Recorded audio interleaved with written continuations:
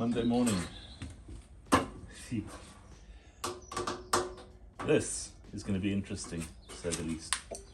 But hopefully it'll be no less interesting and no more interesting than the other one. This has got to be cut all the way up to here and welded. And as long as I can get that square, that obviously welded together with minimal distortion or no distortion, although I still have this accident damage to deal with. That length is 610 millimeters. In fact, there is just short of 610 because once you've added the skin to it, it then becomes 610. Hopefully we'll have another fender to fit.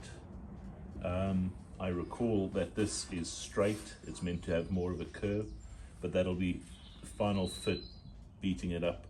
Once the doors are attached, this will go on, and then I'll get these lines more correct, and then we can have paint eventually. But even if I look at it here, it is a bit buggered, but it's all right, we'll fix it. So the idea now is to loosen this. The spot weld's been drilled out, so that's loose. The next trick is really cutting through here all the way, taking the skin away, and then starting to fit this guy. First of all, tucked into the brace so that once this is folded around, that forms a new seam. But also getting this weld together, which I don't want to say not looking forward to, but that I know is going to be interesting. On the other piece that I welded in, I used these little clamps. Everyone has an opinion, a bit like buttholes. I used these. They gave me that millimeter gap, and I was able to fill that successfully, I think, with weld as I went along. But it really did keep everything together so that while I was tacking, everything was kept in total alignment. The important thing is using your fingers, touch the whole time to make sure everything is aligned. And similarly, you can feel the basics of the shape. And it changes when certain things happen, when heat gets attached or introduced, etc. So, yeah, onward and upward, as my friend says. Next job. Make sure again that this fits. That's not a great pressing down there. And then cut, grinder next.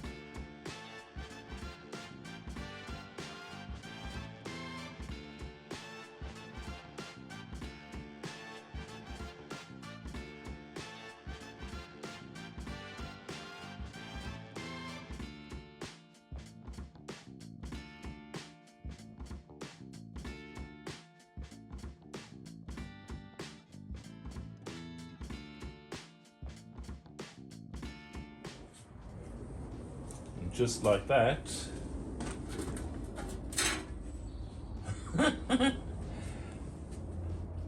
hysterical laughter, constant. We have that section gone. Yeah, it's pretty rough to say the least. The fun will start with trying to get in this new metal, obviously. Getting all of that to fit. But like before, I think it's more of a patience job than anything else. First things first, let's see what length we have been left with. I keep checking that as if it's the only thing that matters.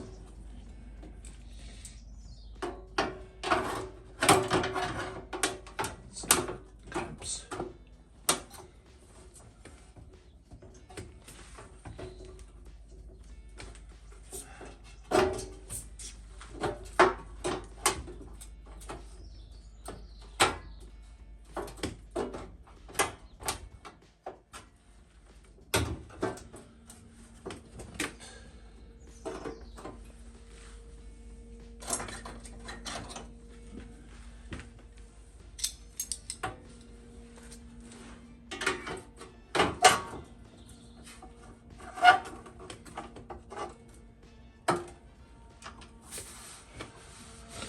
All right, that's part one. Part two, we can see whether we pass the size test.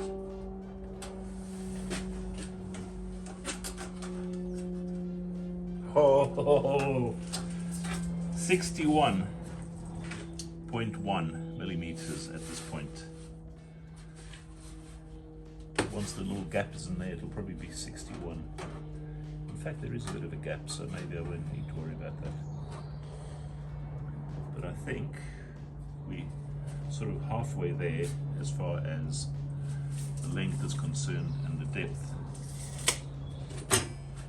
Now the next job is going to be to clamp everything together and start welding. But before I do that, these can come off again. A bit early for a coffee. It's never too early. Oh, shit, I've just put a couple of pin dents in there. That wasn't clever. Back end of that. But I'm sure there'll be filler on this in any case once I'm done with it to make everything blend here. So may as well just run across there. Most important, first wire brush all of this and then get in there with some rust. I don't know what you call it, rust, not preventer per se, but maybe inverter or rust slow downer or whatever the hell you want to call it. But yeah, clean this up first, bit of wire brush or grinder over the top of that quickly, and then take it from there. In fact,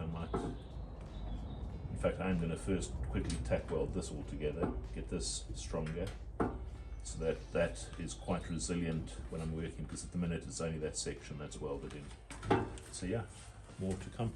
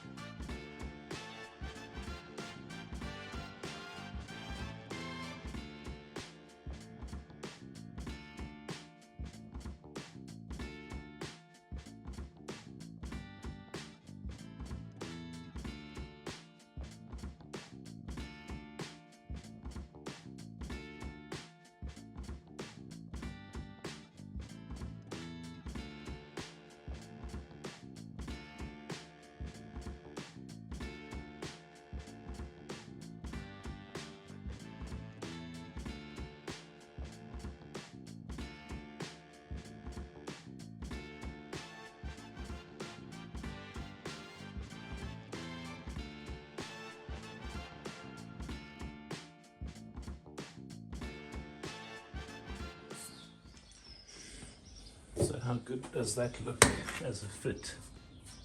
Very good, doesn't it? Except when you measure it, and this is something I do all the time, keep measuring, keep checking, keep referencing, then, so that obviously will get clamped in there and welded together eventually. But when you get to that measurement, which is meant to be 610, we're at 615. Now I could beat that back a bit and lose that bit of distance. Try again. Let's see. I'll tell you why in a moment, why I'm checking myself. So that's 6150. No, it's 615, isn't it? 615. So it is ever so slightly too long, and you could hammer the top into shape, make it work,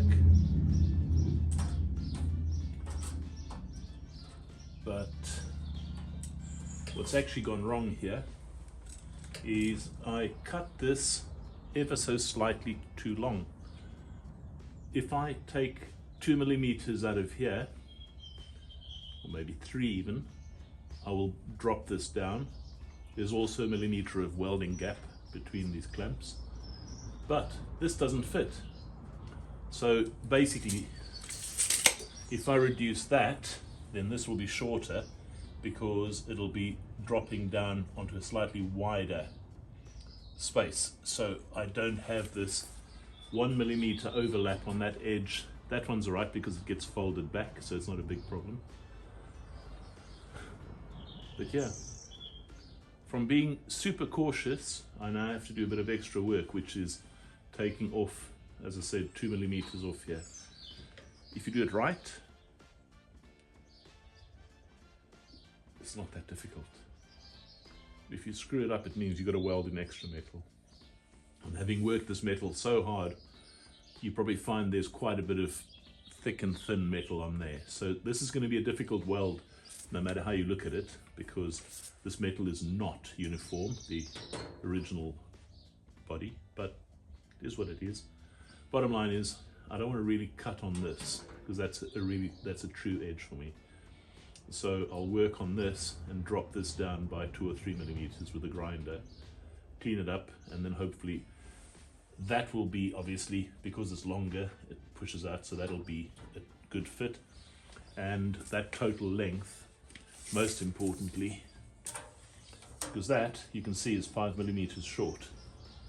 So once you add that as well from the outside skin, you then end up at 610, which is correct. So yeah, back to starting over again.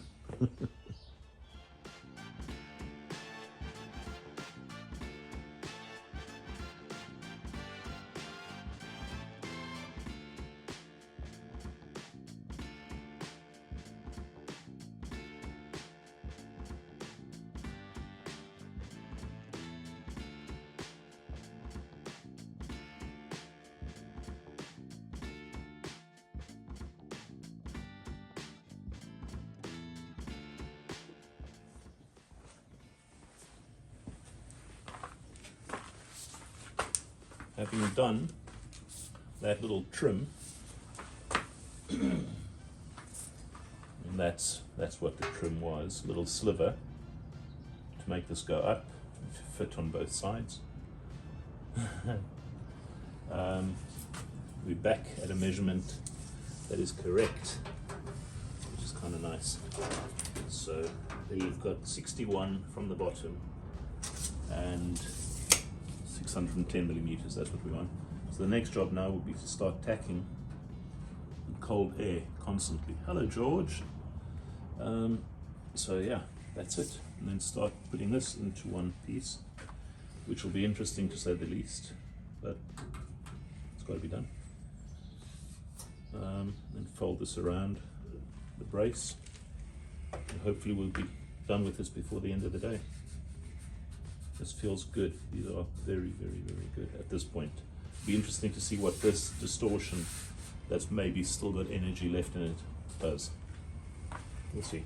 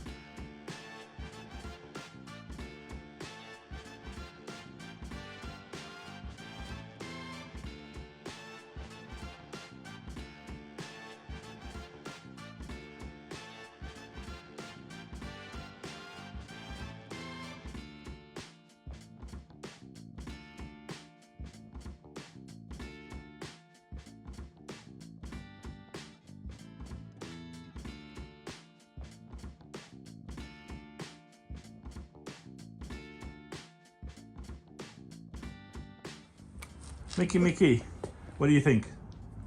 Mick is my quality control. Perfect. You're happy with that? Perfect. This wasn't what you expected me to do, was it? But I'm happy with that. Look at those curves. Yeah. Not bad.